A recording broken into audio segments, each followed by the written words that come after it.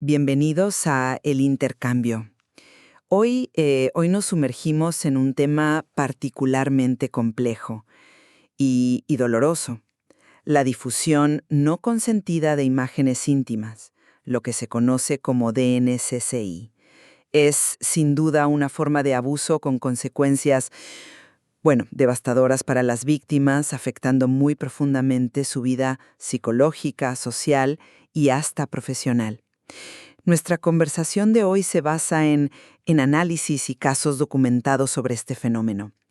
Y la pregunta central que queremos plantear es bastante directa.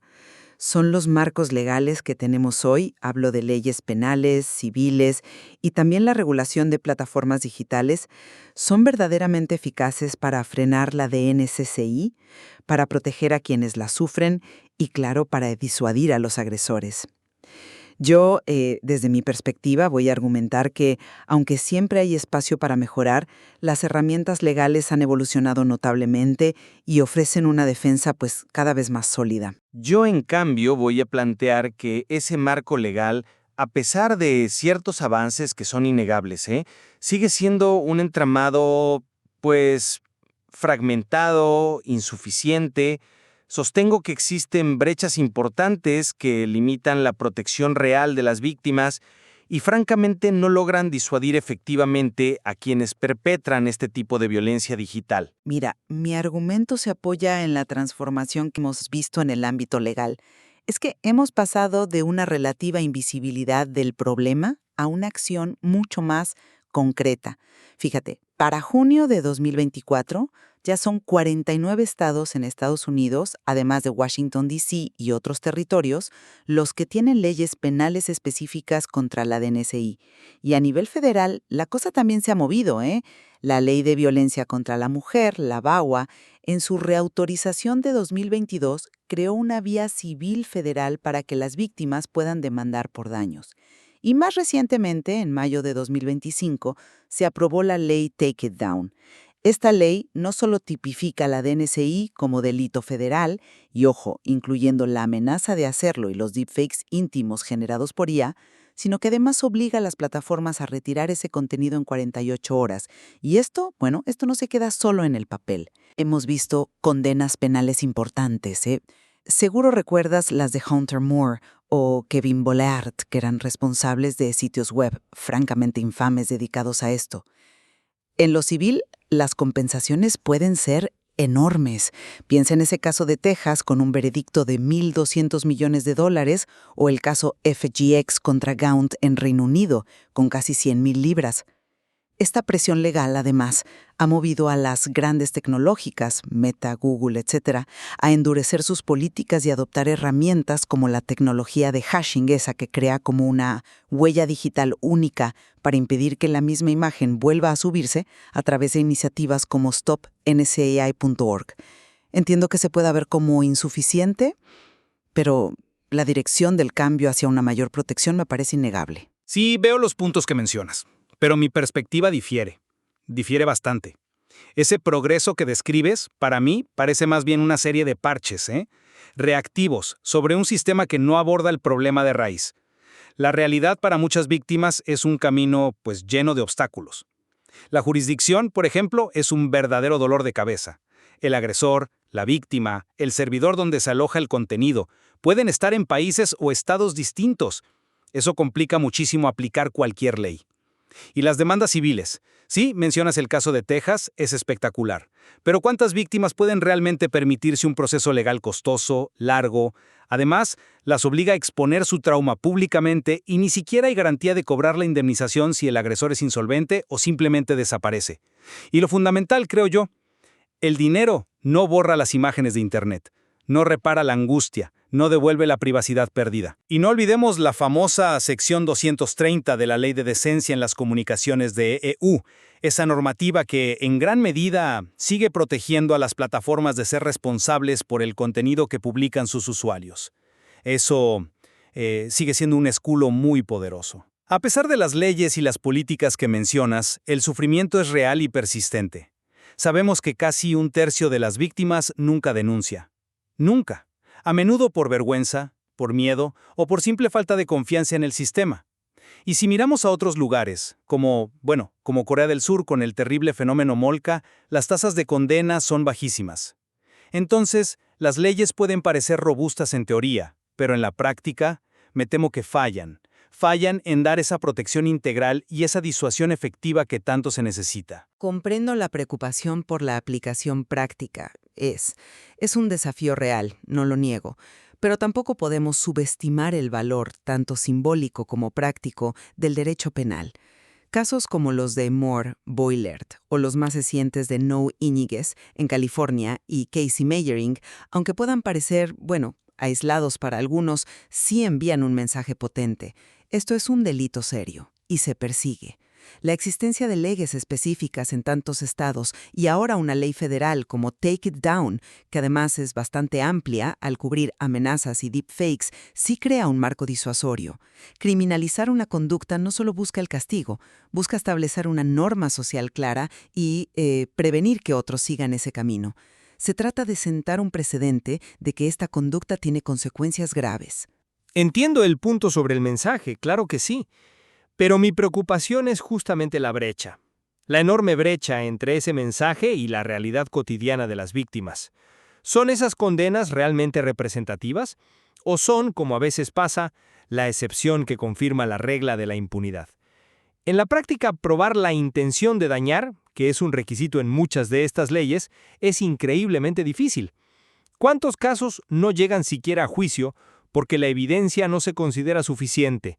O porque la víctima, y es totalmente comprensible, no quiere revivir el trauma en un proceso que puede ser largo, doloroso, revictimizante.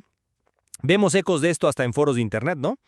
Donde víctimas que buscan consejo a menudo se topan con escepticismo, un reflejo de lo que a veces encuentran en la policía o incluso en la sociedad. Si no hay pruebas irrefutables de quién lo subió y por qué lo hizo, pues el camino es cuesta arriba. Las bajas tasas de enjuiciamiento en muchos lugares, como el caso que mencionaba de Corea del Sur, indican que la ley escrita no siempre se traduce en justicia efectiva. Si la amenaza de castigo no es percibida como real y consistente por los potenciales agresores, ¿dónde queda la disuasión? Para muchos el riesgo percibido, me temo, sigue siendo bajo. Pero, no todo recae exclusivamente en el derecho penal. La vía civil ofrece otra avenida importante para la rendición de cuentas. Mencionaste el caso de Texas, sí, pero no es el único ejemplo de compensaciones significativas. Está el caso FGX v. Gaunt en Reino Unido, con casi 100,000 libras. Wilson v. Ferguson en Australia, con unos $48,000 australianos. Y la propia ley federal VAW 2022 en Estados Unidos establece la posibilidad de demandar por daños de hasta $150,000. El objetivo aquí no es solo compensar económicamente a la víctima, que también es importante, sino imponer una carga financiera real al perpetrador. Hacerle responsable con su patrimonio puede ser un disuasivo muy poderoso, creo yo, y una forma tangible de buscar justicia reparadora. Es que ahí está el nudo del problema para mí. Presentas la vía civil como una herramienta efectiva, pero ¿efectiva para quién? Para la minoría que tiene los recursos económicos para contratar abogados caros y sostener un litigio que puede durar años.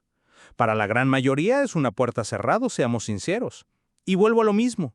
Incluso si ganas, ¿qué pasa si el agresor no tiene dinero ni bienes? ¿Te quedas con una sentencia favorable en papel, muy bonita, pero sin reparación real?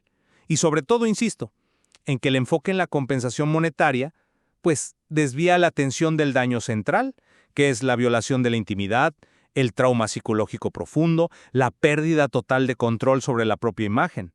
Ninguna cantidad de dinero borra eso.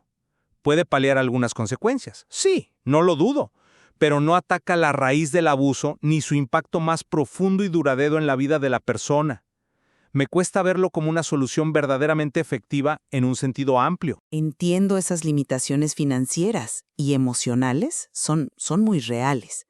Pero tampoco podemos obviar el papel de las plataformas tecnológicas y cómo han ido respondiendo. Bajo presión legislativa, social y también por el riesgo de demandas, han hecho cambios.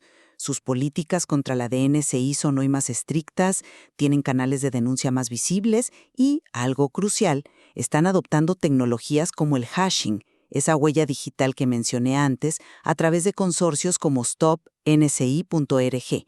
Esto ayuda activamente a prevenir que imágenes ya reportadas como abusivas resurjan en sus sistemas. La ley Take It Down ahora les impone un plazo de 48 horas para actuar, que no es menor. Y aunque la sección 230 existe y cumple una función en proteger la libertad de expresión y la innovación, no es un escudo absoluto, ¿eh? Las plataformas sí están invirtiendo recursos y sí responden cuando la presión es suficiente. No es una situación estática, eso es seguro. Reconozco que ha habido movimiento por parte de las plataformas, sí. Pero me pregunto si es suficiente y si la sección 230 no sigue siendo, en el fondo, un desincentivo para una moderación verdaderamente proactiva y responsable. Actúan sí, pero a menudo es una reacción tardía, cuando el daño ya está hecho y la imagen ya circula por todas partes. Y la eliminación nunca es total, nunca. Ese contenido puede migrar fácilmente a otras plataformas, a foros anónimos, a la dark web. La tecnología de hashing ayuda, claro, pero no es una panacea, especialmente si la imagen se modifica ligeramente, aunque sea un poco. Y ahora tenemos encima el desafío gigantesco de los deepfakes generados por inteligencia artificial. Crear imágenes íntimas falsas, pero terriblemente realistas, es cada vez más fácil, más accesible. ¿Están las leyes y las herramientas actuales realmente preparadas para esto? Lo dudo mucho. La demanda que mencionaste en San Francisco contra sitios que ofrecen estos servicios de desnudar con IA es apenas la punta del iceberg. Las plataformas y la legislación están jugando a la defensiva, siempre tratando de alcanzar una tecnología que avanza a una velocidad vertiginosa en manos de quienes quieren hacer daño. Es cierto que la tecnología plantea desafíos constantes, especialmente la IA. Eso es innegable. Pero sigo pensando que un marco legal sólido, que combine lo penal y lo civil, es la columna vertebral de cualquier estrategia, incluida la preventiva. La certeza de que existen consecuencias legales serias, penas de cárcel, multas cuantiosas, indemnizaciones millonarias, sí tiene un efecto disuasorio. No es la única pieza del puzzle, por supuesto que no, pero es indispensable. Establecer claramente en la ley que la DNCI es inaceptable y será castigada es fundamental para moldear normas sociales y prevenir que esta conducta se normalice o se minimice. Difiero en dónde poner el énfasis principal. El enfoque legal, por su propia naturaleza, tiende a ser reactivo. Actúa después de que el daño se ha producido.